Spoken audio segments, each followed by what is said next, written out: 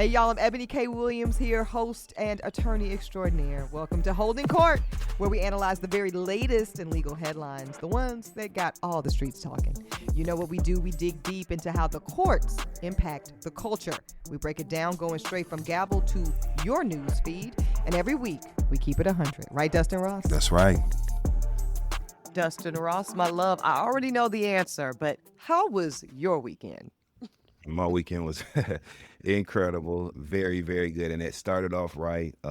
Last Thursday was my birthday, and on my birthday, thank you, love, and you know how much I love Mary J. Blige, and actually Absolutely. on my birthday, she headlined Madison Square Garden, and it was Oh, her that's first time. perfect. Can you believe that was her first time headlining alone at Madison No, Square Garden? that's First wild. time. Not the queen of hip hop soul. That's That's crazy. right. But it was great though. So I was completely and totally happy, and I Well, had she did that for you, Dustin. What she she sure damn said did. was Yeah. that it is my boo's birthday, and That's let me right. just do something groundbreaking. I love it. That's right. And I felt the acknowledgement. I felt seen. So even though it Beautiful. was thousands of people in the motherfucking crowd, I felt seen. But it But was it for was a you, great though. show. Yeah, it was for Great, you. beautiful show. And this tour was called For the Fans. So she was Mm. doing like B-sides and songs from movie soundtracks that she very rarely performs live, if ever acknowledges. You Mm. know what I mean? And so it really was for the fans, and we were on cloud nine. So it was a great birthday. Had a couple personal wins this week that you Okay, know about. So I'm familiar. yeah, Yes, it's a good you've been one, the good W week, column. good Yeah, week. Thank you, my yeah. love. What's going on with you and little lady Liberty over there? Lady Liberty is still the boss, but it's we're doing great. This was a great weekend over here as well. We Good. were able to celebrate with my Links chapter. We did a scholarship luncheon. We're able to Mm-hmm. raise literally hundreds of thousands of dollars in the name of programming and scholarship. And That's I was really beautiful. proud that I was invited by my chapter to lead the live appeal. And Mm. it's funny because I never think of myself as good with fundraising. Actually hate asking people for money. I ain't gonna Mm-hmm. hold you deep. I hate I asking for anything, Same, same. But but I I feel you though. Yeah, especially hate asking people for money. However, yeah. however, You when got I'm down, E. listen, baby, your co-host got it in. I told everybody it's time to put some motherfucking on it. That's Okay? right. Open up your wallets and your You got to. pocketbooks. Yeah, and That's your right. hearts because somebody probably put something on it for you, Yeah, if hell, you've you been have to pay it forward. I just was yeah, talking to somebody about that yesterday. When you have an opportunity to make the way or to pay it forward, no matter how small or big, that's I it. feel you're Yeah. supposed to. So You yeah. are supposed to. We're all supposed to, and none of us are above it. So I had to go in my little pocketbook. You Oh, got to that's be good. That's grown to have a little beautiful. Yeah, pocketbook, a uh, satchel. Okay, a little coin purse, a uh, coin purse.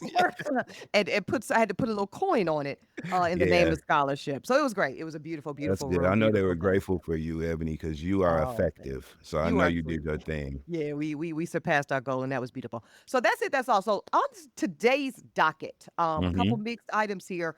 We're going to start with the latest on Wendy Williams. I know a lot of y'all have seen, and I think this is from a PR standpoint, Dustin, and I really want to Mm-hmm. get your take because that's really, your bag.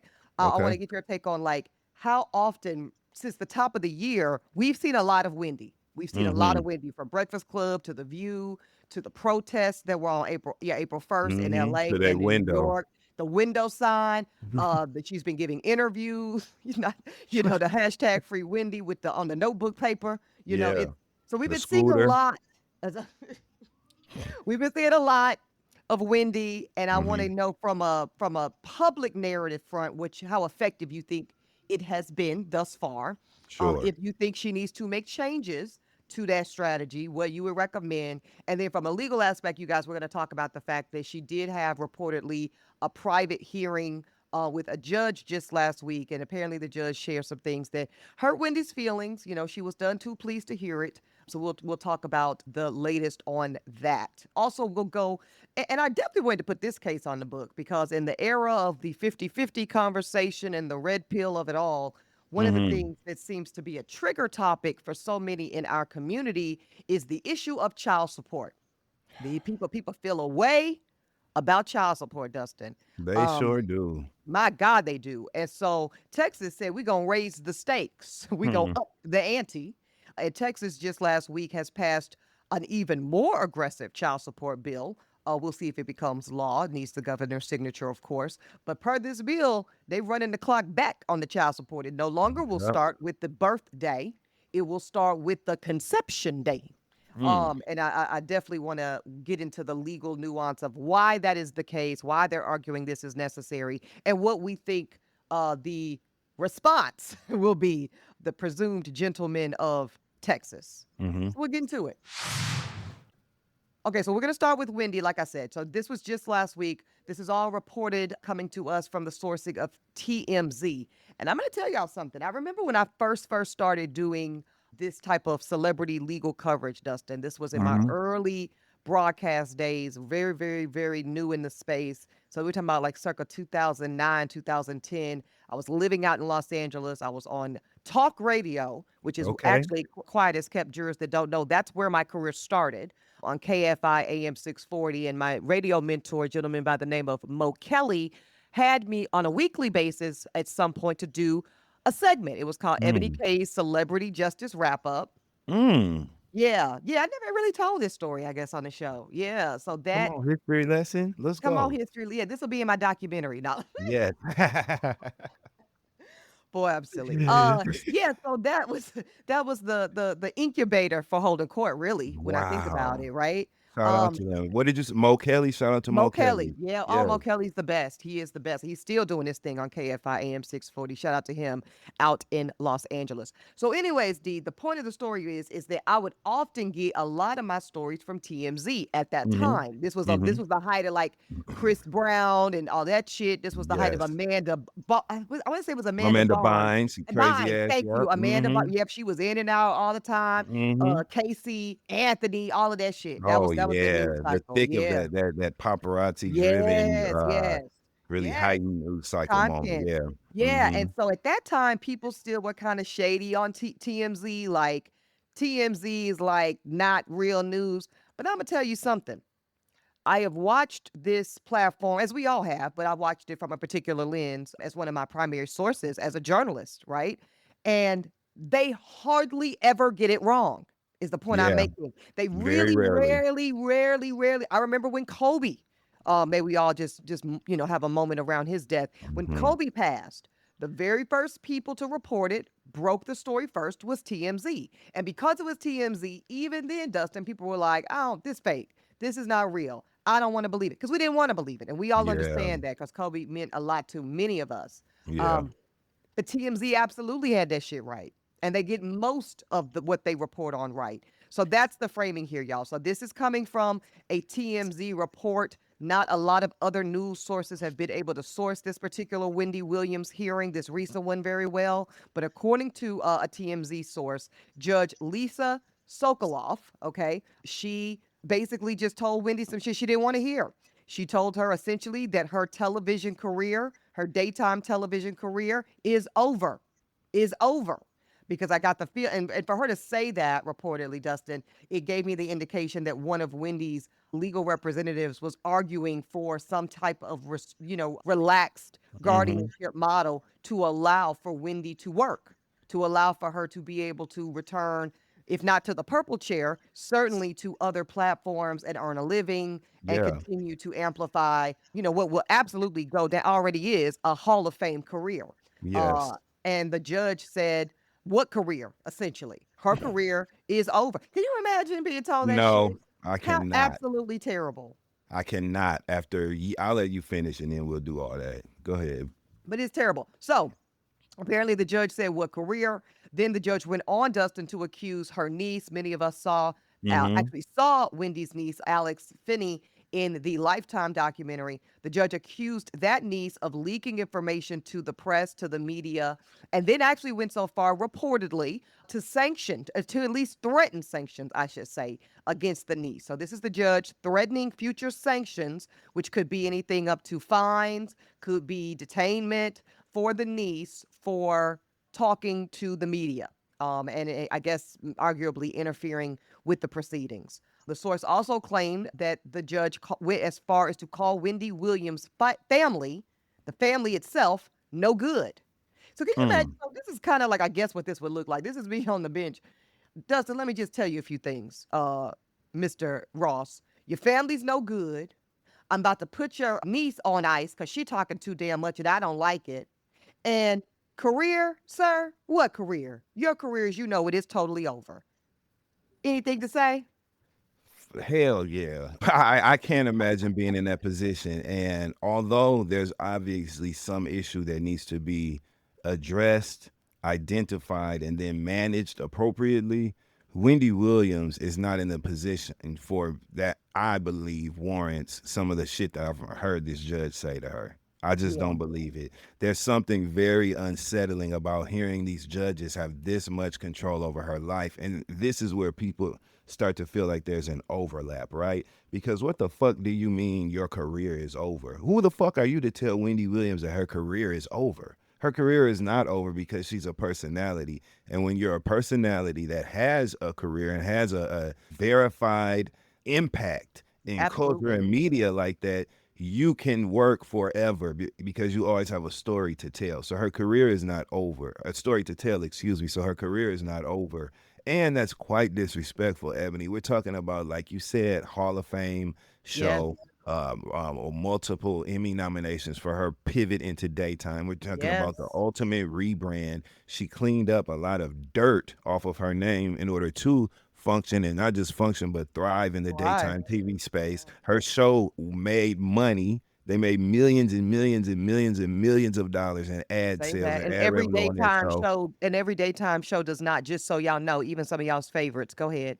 That's what I'm saying. Like, so for this judge to say something so disrespectful, and diminishing to what she's done, I think that's disrespectful as fuck. And I just don't see how that is relevant to managing her care, if that Because makes it any wasn't. Because it wasn't. Yeah, and I'm gonna go further. And I will say on the overall issue of Wendy and this guardianship issue, which we've covered before on Holding Court, we will cover Mhm. again as the news cycle dictates.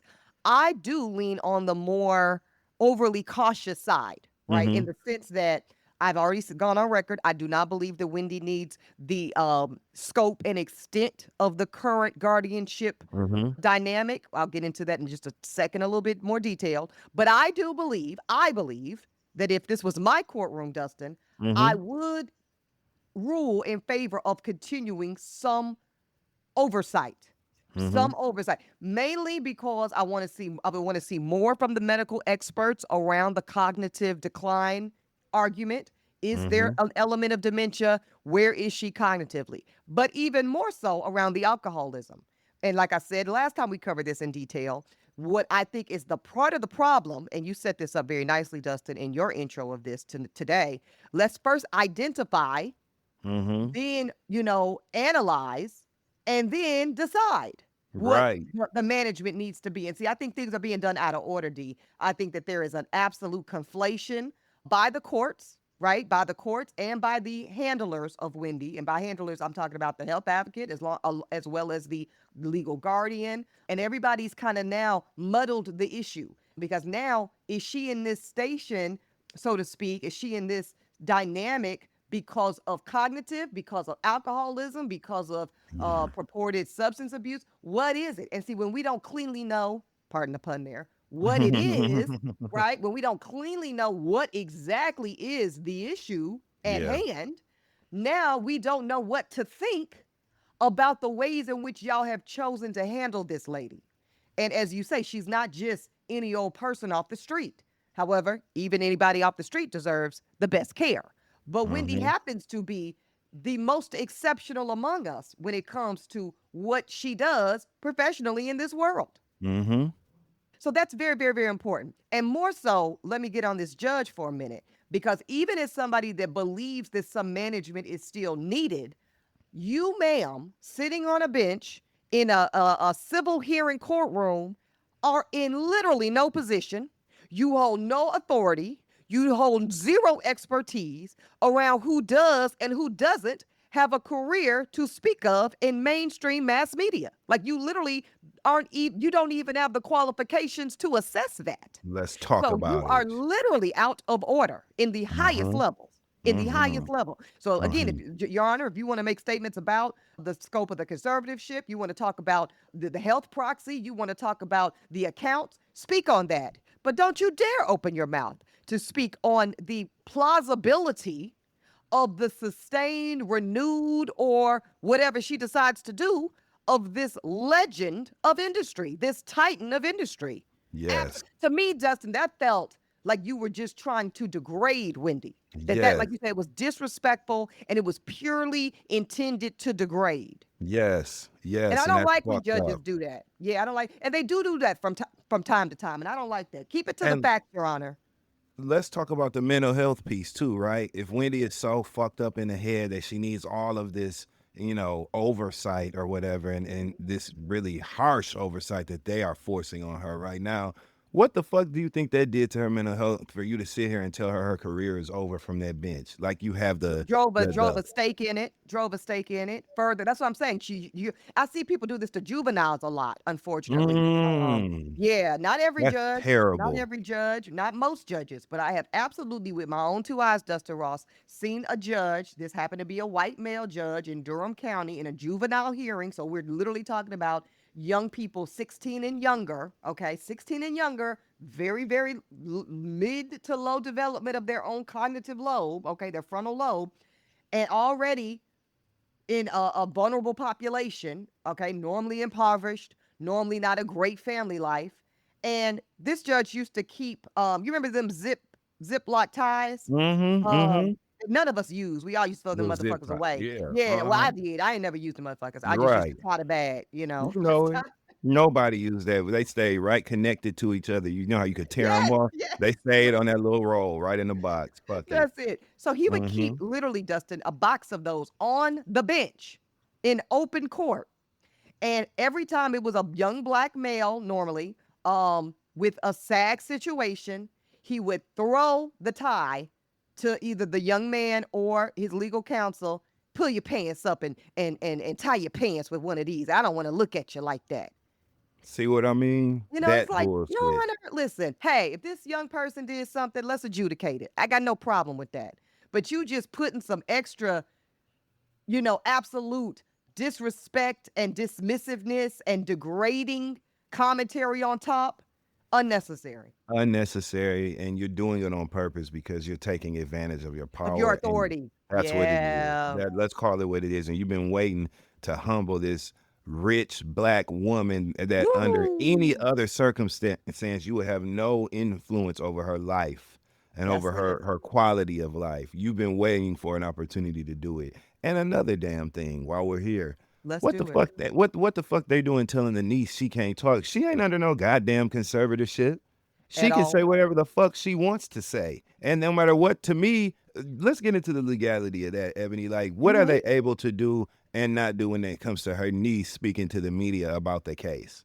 You actually make a brilliant point. They have no authority over the niece right now. Now, if they would like to, they being the guardianship and the handlers, Mm-hmm. they could file a motion to put the niece under a gag order, but that Mm, is what the legal mechanism would require in order for her to be accountable to sanctions or accountable to not speaking on an issue. You first must request and be awarded a gag mm-hmm. order. And to my knowledge, no such gag order is in place, to your point. So again, Your Honor, out of order, absolutely out of order, even threatening such sanctions to the niece at this particular point in time. And it's very telling of the motivation, right? But that this judge obviously has this judge has an angle that is Mhm. clear and apparent to me.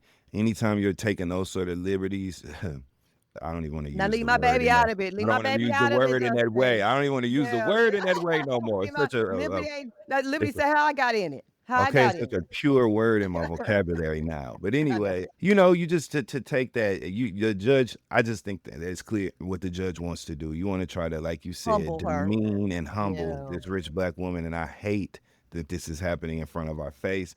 I Yeah. do see so many people talking about Wendy Williams now, talking about how they think this conservatorship is unfair and Yeah. unjust. I see people monitoring her progress when we do get a glimpse into her world. I see people saying, "Hey, she looks better," or, "Hey, she looks like Yeah. this is going on." So there's a Yeah. huge conversation happening surrounding Wendy Williams right now, and I think that's what the goal was once whoever, her niece or whoever it was, started this conversation and told her to hold that note up in the window. I Somebody think definitely that, did. And yeah, speaking of us seeing her, like you said, and being able to kind of make that assessment of she looks good to me, she seems coherent to yeah, me, she looks like yeah, she's turning a corner, she seems on the mend. I don't think it was an accident. Shout out to our friends Jason Lee and our friends at Hollywood Unlocked yes, that we over the weekend got the glimpse of Wendy having what looked to be a lovely dinner with her mhm. former producer that we're all familiar with from the show, Suzanne Bass, Suzanne, and Suzanne's yes, husband. And the caption was a long overdue lunch with our dear old friend Wendy. Catch this tea. Her light still shines so bright. boom, Her see? light still shines so bright. Yep, Clearly, Dustin, right? Subtextually reminding us she is her, and yeah, her light still shines bright enough that we could do something together. yes, Because it's again, let's put the context clues together. Yeah, Wendy and Suzanne are friendly, I'm sure, but let's keep it a buck. The relationship at its origin point is a business relationship. That yes, is the talent and the talent and that's the talent and the producer and the executive producer. That is the mhm, dynamic. So I have mhm, to believe, Dustin, that if they're having, and they also weren't just having, dinner, which can be more social or more. No, y'all are having lunch, and lunch often in that context between a talent and a producer is a business lunch. yes, So I have to believe there was some conversation. I wasn't there, but I would just reasonably believe that there was at least some conversation, Dustin, on what a project could look like. What yeah, a for sure. Yeah, you know what I mean? What a limited series even could look like. And And they those would be those well are good within their right. hands. Those Yeah. are good hands for Wendy to be in. We trust Wendy in the hands of Suzanne and her Yeah. her husband. They are what we associate with Wendy's success. They're Mhm. familiar to us, and to the public in general. So I think that that was a smart photo op, and not only I think was it so too. smart, it was necessary. Yeah. And shout out to Jason Lee. I just saw him at brunch yesterday here in New York. Shout out Yep. to Jason Y'all Lee. It was was probably good to talking see about some him. projects too. Y'all We little we we conniving really ass. we was passing, but Yeah. it was good. It was good to see him. Shout out to Jason. I'm just Yeah. no, much love to Jason. Yep. And one of the reasons I find Suzanne so credible when it comes to Wendy and the professional, nature of their connection is Suzanne, in 2024 spoke to, I believe it was People magazine, and she was able to share, some 360 perspective. It wasn't just all she's fine, nothing to see here. Because I think when Mhm. people do that, now I'm questioning your credibility. Now I'm like, okay, 100%. well, what's in it for you that you just gotta, act as if things aren't what we are clearly seeing them to be? So Suzanne said, no, absolutely look at some particular episodes of the show, and you could see Mhm. some elements and some indications of potentially some problems, some challenges. Maybe there was some dementia at play, some early onset, because you could see Wendy kind of having a loss for words. You could see Wendy kind of struggling to collect her thoughts. And we did recognize that. And also, that does not mean that she is wholly ill equipped.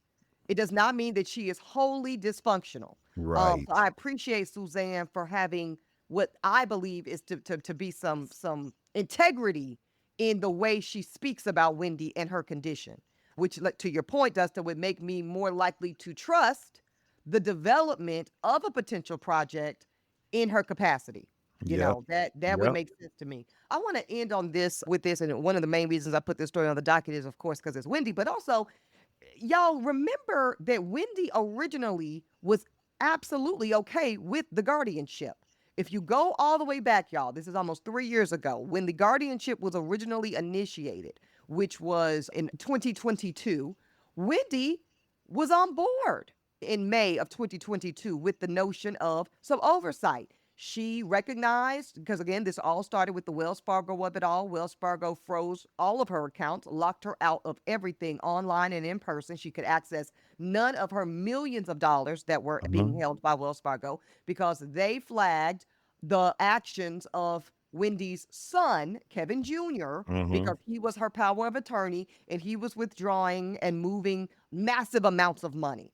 So that Mm-hmm. alerted Wells Fargo. That's how this whole all thing came to court in the first place. And originally, Wendy was fine with it. We know this because her health advocate, not to be confused with the guardian, but the health advocate, uh, Genelisa Monterosso, Mm-hmm. said that, hey, you know, Wendy was cool. She said, I feel like I have the court. They're going to assign me a money person. I'm going to be good. And in no way did Wendy think her whole life was going to be taken from her. She Yep. only wanted to make sure that nobody was in her money and that she would be fine.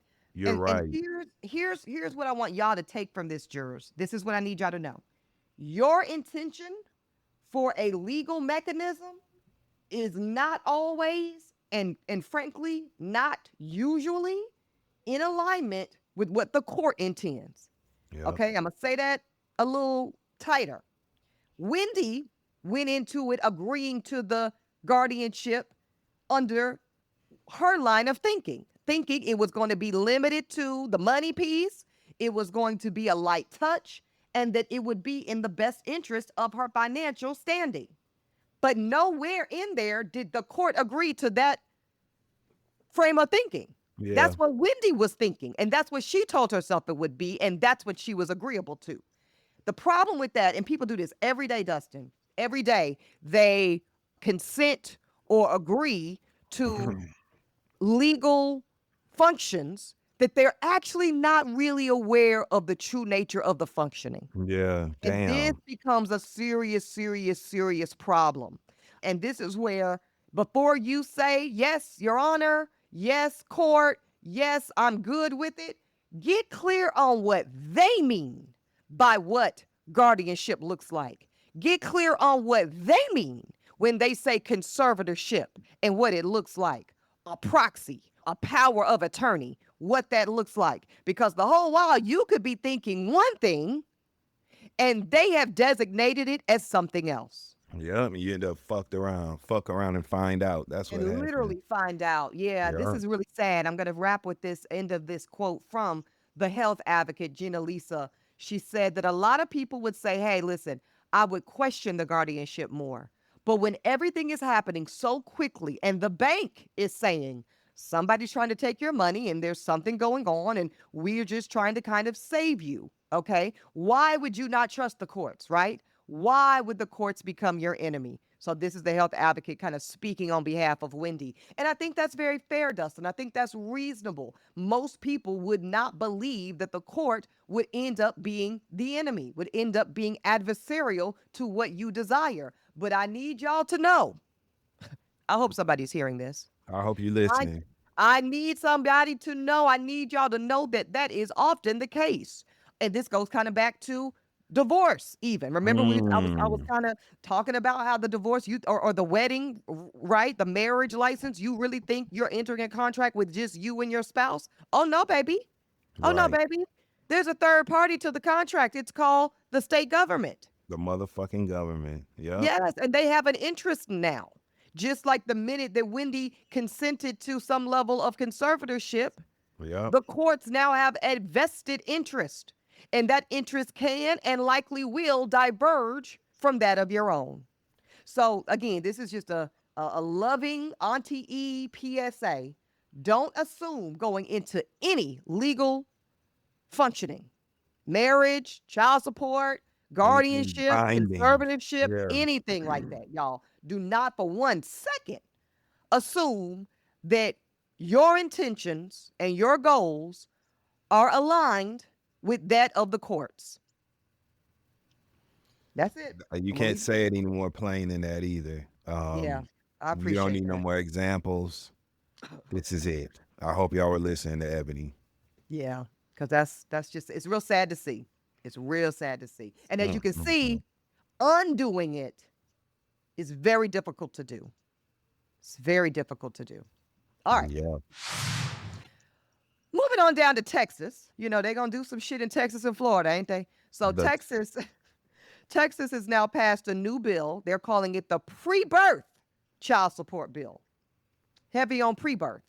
The legislation known as SB 942 has been approved by the state Senate as of last week. Senator Brian Hughes introduced the bill, said it will mandate retroactive child support starting from the date of conception, not the date of birth. Now, why would he do such a thing, you might be asking, Dustin? Well, Senator Hughes said this is his reasoning, that the responsibility that the mom is bearing does not begin at birth, but starts months before that. Before I move on, when you saw this situation, what were your thoughts? I had a couple of thoughts. First of all, I thought, well, okay, this is getting weird. And I felt like the Texas government was once again getting into everyone's drawers, panties, and bed. And I think that that's an overlap. Then I thought, well, there are costs that begin immediately when a woman finds out that she's pregnant or expecting a child. So there is support necessary there. Then I thought, this is what? So now it's 18 years and 9 months. You know what I'm Okay. saying? It's nine And more really, payments. and pregnant people know it's really closer to 10 months, 10 actually. months. Yeah, yeah, Yeah. yeah. 10 Yeah. more payments. Like, Yeah. so I don't know. I'm a little, I have varying thoughts connected to Varying this. thoughts. That I think that with the elements we're dealing with here, Yeah. including Texas, variation is warranted. Yeah. Variation is Yeah. very warranted, Dustin. So to go a little further in the details, a lot of parents and advocates, have pushed for this. So this wasn't Senator Hughes just making it up out the clear blue sky. There have been people for a long time, and other states do have this already, by the way. Really?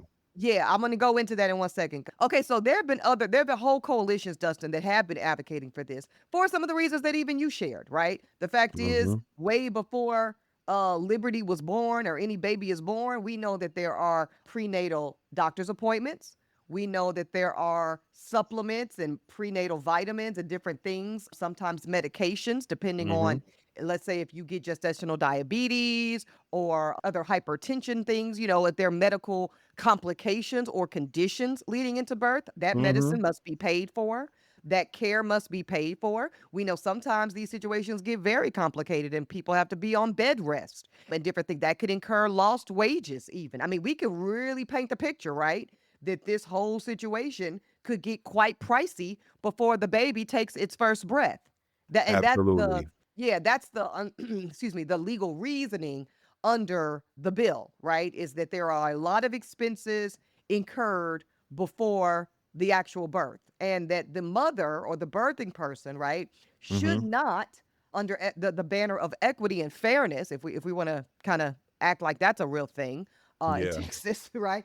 Yeah. Under that banner, she should not, right, they should not have to carry all of those expenses alone. That those expenses, just like the overall care of the child over the lifespan, should be shared equitably with the co-parent, with the presumed father in this case. Mm-hmm. Now, a couple of things. I know the first thing I thought about was, let's get clarity on the paternity. Because what Yes. we obviously cannot have, right, is our people who are not genetically responsible for these, little babies, Mm-hmm. preterm, paying, putting something on something that's not theirs. Yeah. So the paternal piece is very important, and that is in the bill. So it's already written into the bill that paternity will likely need to be established Mm-hmm. before implementing the retro payments. So that was addressed. Okay, that was my first concern. Yeah. Um, and I'm going to reiterate my call to action, jurors. I really don't care if it's your husband. I don't care if it's your wife, sir. I don't care if it's your girlfriend of 30 years. I don't really give a fuck what the situation is. I personally, Dustin Ross, believe that every male, every paternal candidate should ask for and receive a paternity test upon birth or preterm. Yeah. I just do. I just think it's easy. It just makes things clean, and for it's best for all involved for all of the reasons that we know. And it doesn't have to be presented or framed as something negative Accusatory, or correct? It accusatory. doesn't. I Perfect. actually think this is me going real far, but I really believe it. I think it should just be the law. I I think it agree. should just be the law in every state of the union that upon birth, all babies receive both tests, just to ensure that we're not doing the baby switching, even, right? I think it definitely should be law because it will prevent a lot of harm from a lot of people. Think about all the cases you Absolutely. hear where you find out that people have been deceptive about paternity of a child, and Yep. they get in a disagreement with the guy and fall out, and then tell him, well, that's not your damn baby anyway, and the Anyway. devastation and heartbreak. It would eliminate a lot of that. So I actually think that that should be the law, just to, like you said, just to establish it and Yeah. make it clear and plain. Yeah, I Absolutely. I mean, it agree. would be the height of keeping it player, as you would say. Yeah. It really would. Okay, so anyways, that's what the bill would outline. It would require retroactive support beginning at conception and not delivery. Mhm. The fathers would be would be required to help with all those prenatal costs we talked about, medical and even living expenses. Oh, that's gonna get some folks mad. Mm. During the pregnancy could be included, and again, the court will require proof of paternity before ordering the payments. Now, as you might imagine, Mhm. pushback. Senator Sarah Eckhart of Texas asked questions regarding the implications of this bill. Specifically, she said, so should parents of boys be required to start saving early for future child support once their sons reach sexual maturity? In essence, do those of us that have boys need Mhm. to start putting something on it early because our sons, potentially young adults, are going to be required now to pay for these children in ways that we have not expected? I think that the Senator Hughes's response was fair. He said, I don't think it's a matter of dispute that expenses and medical care and those needs arise before birth. So this makes sure that the mother is taken care of prenatal care and postnatal care. So essentially, I think that this is trying to, in theory, one argument is it's trying to kind of right a historical wrong, Dustin, where Mhm. historically, and I've heard this, I remember hearing this all growing up, that parents of boys, one of the reasons that they let their boys get away with murder, and I think this crosses cultural lines. This is white mamas and black mamas and Hispanic Mhm. mamas and everybody. Nobody is as hard on their boys as they are on their girls, particularly in that teenage high school frame, because a boy is not coming home with a baby, period. Mhm. Mhm. And that's just period. He's not coming home with a baby. Now, he might Yeah. get caught up or wherever, but Mhm. essentially, biologically speaking, your son is not, absent a transgender situation, is not coming home Mhm. with a Mhm. baby for you to now provide clothing and food for. But Mhm. if you have a daughter, that very well could be your situation. And so those parents of daughters or children capable of giving birth, they're going to be a whole lot more regimented, strict, scrutinizing, because they know that ultimately they will incur those expenses. And this bill is designed to say, no, no, no, no, no. We're not going to have an imbalance in who's paying for what. We're going to require both parties to pay and put something on it. Yeah. So I I'm think not from mad that at that. lens, that makes sense to me. Yeah. Um, Now, like I said, jurors, this has been attempted in other states. Utah passed a bill in 2021 requiring biological fathers to pay 50% of the mother's insurance premiums, the medical costs, and the hospital bills while pregnant. So that's Utah. And this has been signed into law. Utah governor, a Republican, by the way, signed this proposal in 2021, so relatively new. Utah's on the board. None. Utah is on the board and was the first, the first to land it on the board. Now, Yeah. 1 year before in 2020, North Dakota tried it. They literally tried it, but that bill has stalled out, so it has not been signed into law.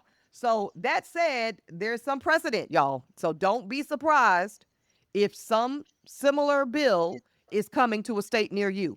And I know Georgia will be particularly affected, Mhm. Mhm. and the DMV as well. Mhm. I'm gonna leave it there. Mhm. Mhm. I'm gonna leave Okay. it. I'm gonna leave it Yeah. right there. Oh, that's funny. All right, That's a you're whole episode in and of itself. We in just and put of it right there. itself. Another day, another time. Mhm. Y'all know how it is. We'll be right here. Court will be back in session. I really recommend, no doubt, we were talking about this before we press record, y'all. Go ahead and if you can, stock up on your kind of prevention supplements. Go ahead and get the Mhm. zinc, the vitamin C, and the Mhm. vitamin D in your system. Make sure that you are hydrated and regulated because there is some sinus infection situations going around that are Going not to on. play with. Nope. Yeah, taking people out. So do that, do that, do that. And what else would you like the people to do, Dustin? Read your terms and your conditions and do what Ebony said. Whatever she said, do it. That's I what I love gotta it. say. Okay, again, Holding Court is produced by Uppity Productions. Host and executive producers here, Ebony K. Williams, yours truly, and the Dustin Ross.